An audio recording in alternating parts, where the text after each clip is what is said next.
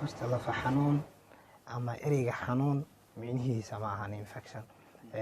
Dadkeena way caadaysteen misconceptionna badan oo isticmaal khaldan oo qalajyaha ayaa wadanka ka jira.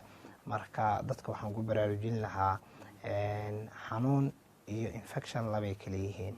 marka haddii qofka meel ay xanuunto haddiiba uu wax qaadanayo, inkastoo markas ay fiican tahay in xirfadla caafimaad lala tashto, waxa ku habboon maahan qalajiye ee waa xanuun baabi'iye. xanuun baabi'iye ugu seefsan ee ugu fududna waa paracetamol.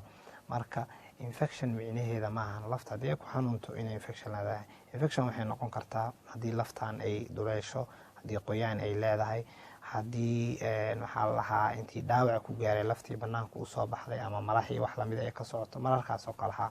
mararkaas marka ay dhacdana qalajiye iska qaada maahan ee wuxuu u baahan yahay in la ogaado laftan infectionka ka jiro daawadee ku habboon, bakteeriyaday keenayso. marka dadka waxaan kula talin lahaa inaysan ku degdegin qalajiyaha ay ka feejignaadaan.